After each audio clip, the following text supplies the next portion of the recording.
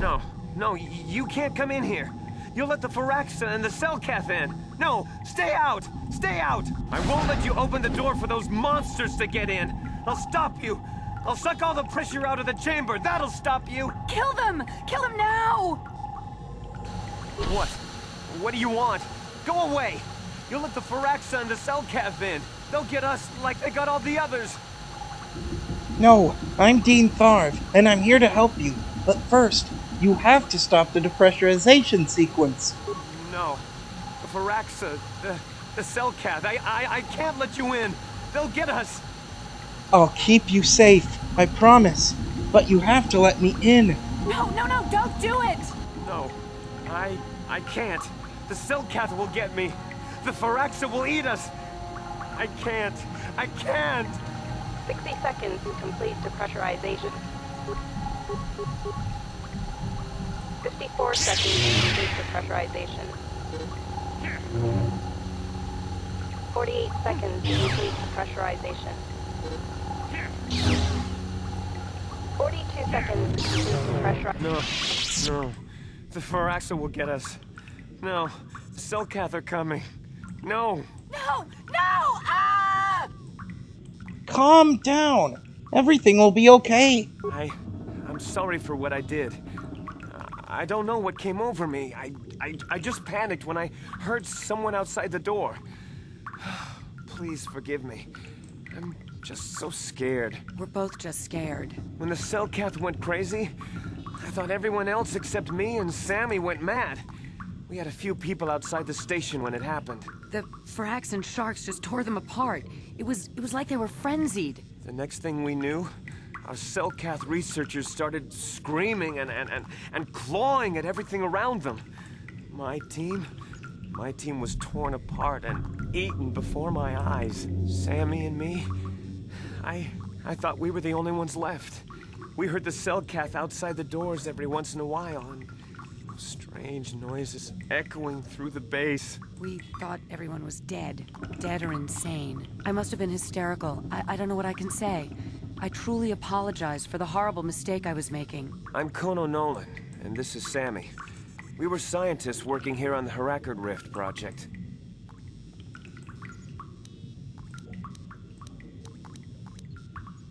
What was the Republic doing here? We had a secret agreement with the moderates in the Selkath government. They knew that Manaan could not survive independently if the Sith were victorious. Those thugs would wipe out the whole damn planet just to get at the Kolto. So the Republic approached them about making this secret installation to harvest more Kolto, where the Sith couldn't see us. But all that went horribly, horribly wrong. Did this have something to do with the star map? A star map? I don't know anything about a star map down here. But there were some ruins that were excavated when we were digging the foundations for the last section of the Kolto harvesting machine. But we can't go anywhere near those now. Maybe that's why it all happened in the first place. Something happened in the ruins? We don't know. Not for sure. The work teams were outside in the rift near the vent. Then there was this rumbling and my head felt like it was splitting open. This monster rose up from the rift. It was a Firaxa shark, I think. Bigger than anything I'd ever seen before.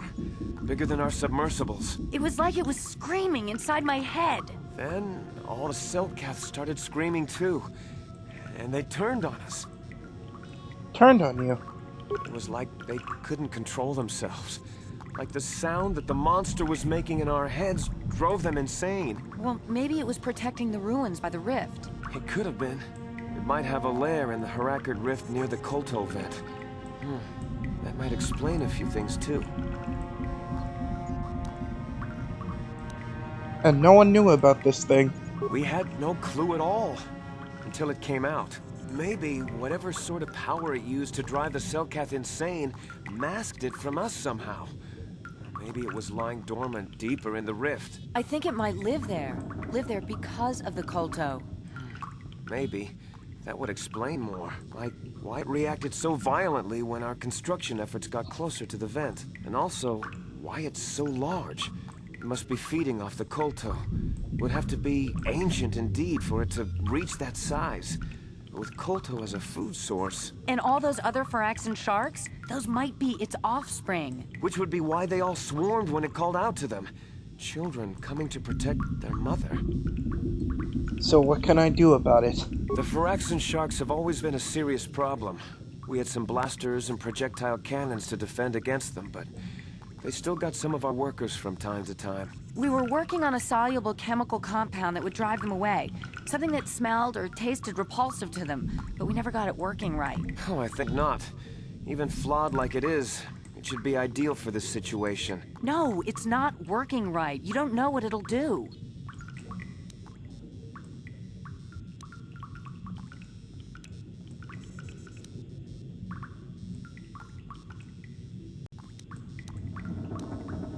What compound? The repellent we made was supposed to drive Phyraxan sharks away, but we never got very far in its development. The one we tested instead was violently toxic to them, rupturing their outer skin in seconds and preventing them from drawing oxygen from the water by clogging their intakes. Which is exactly what we need in this situation. Something to kill that monster shark that destroyed our station. But we don't know how else the chemical reacts. We only tried it in a controlled environment. In the open ocean, who knows what it could do? It could even affect the Kolto. We know exactly what it'll do. It'll kill the shark. That's what we designed it to do. What else could I do? You don't need to do anything else. We have a canister of the toxin here right now. We were working on it before the giant Phyraxan drove all the Selkath insane. All you need to do is insert it into the main Kolto harvester and have it vented. Get away as soon as you can. We don't know how much worse it'll affect the giant Phyraxan shark. What other choice do I have, though? Well, the monster seems to have been driven out by the machinery we installed at the edge of the rift. We've seen it out there on the cameras, bashing itself against the machines. I think if you could destroy the machinery we installed, the shark would calm down and retreat back into its lair inside the rift. How would I do that? You can reprogram the harvesting machines to overpressure their self-oxidizing fuel, so that the fuel tank canisters will rupture and the entire machine will destroy itself. The hydrolium gas we use is a gas at 1 to 3 million sangin, a liquid at about 4 million sangin, and a solid above that.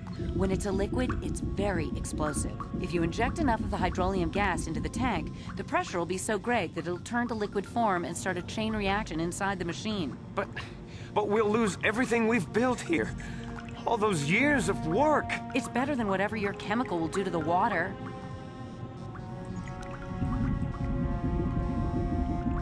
I will try to destroy the harvesting machine. Good. Destroying the machinery will be better in the long run. We can't risk damaging the environment or the Kolto. You'll have to break into the computer on the harvesting machine and fiddle with the fuel injectors to get the tank pressure up to the point where the hydrolium will liquidize. Once the machinery is gone, the shark should leave. That won't work and you know it.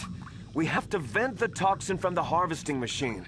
Once the shark is dead, we can get back to mining the Kolto. You know what you have to do. I just hope you make the right choice. I think we're just gonna sit here. We have a lot of food and water, so we should be all right for a while. If you can make it out to the Kolto harvesting machines, try to reprogram them to self-destruct. Maybe that will cause the creature to stop its psychic screams.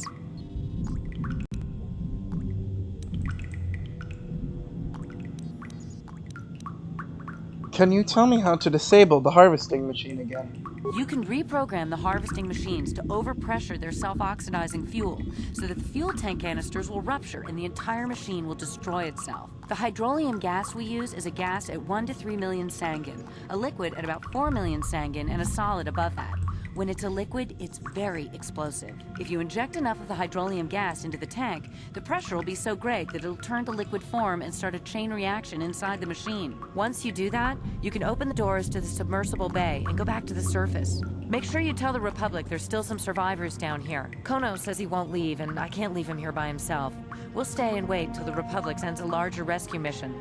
Please don't delay too long.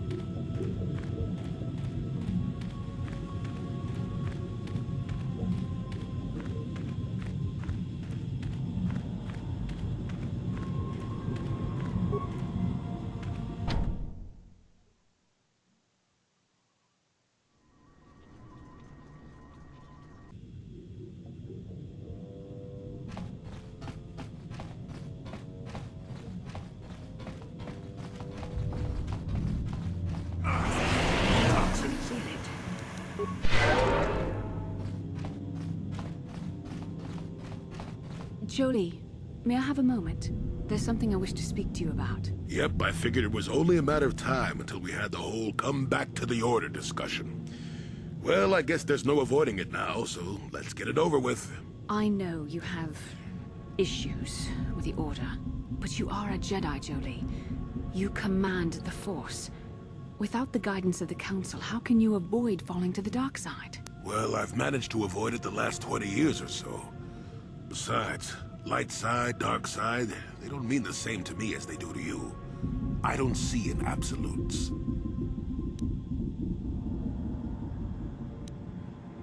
So, you don't have a problem with Malak and the Sith? I want to stop Malak as much as anyone. But I don't have to join the Order to do it. Look at Karth, or Canderous. They're with us in this quest, but they aren't Jedi. The capacity for good or evil, like the Force itself, is in all living creatures. And belonging to the Jedi Order, or the Sith, or any group, won't change what you are at your core. I see you are quite adamant. No doubt you've had ample time to think on this during your long seclusion. I guess it was foolish of me to think I could sway your position so easily. Yeah, I'm old and stubborn. But I appreciate the effort.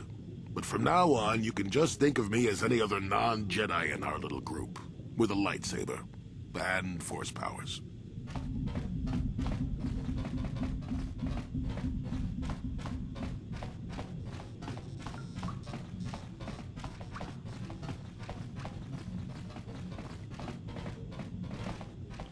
Got something on your mind, do you?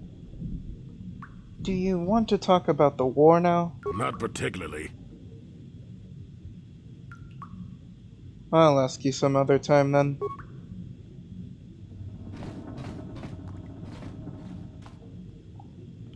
Got something on your mind, do you?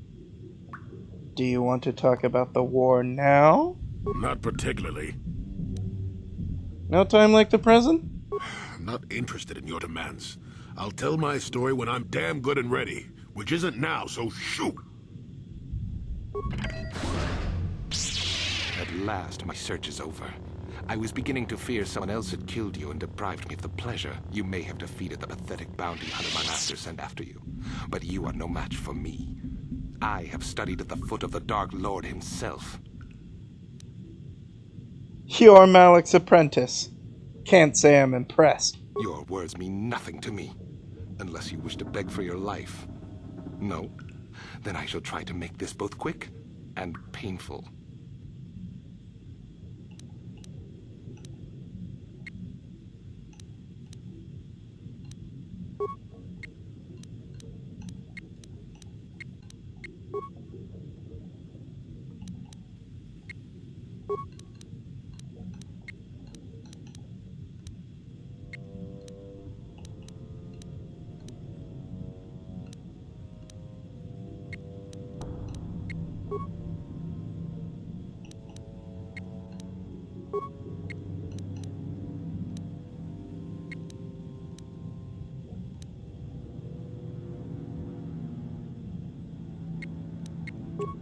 Sure.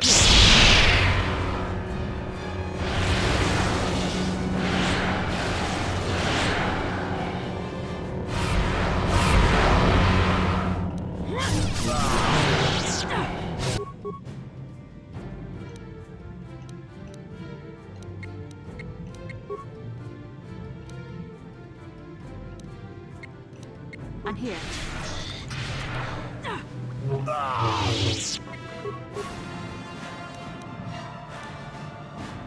Sure. There.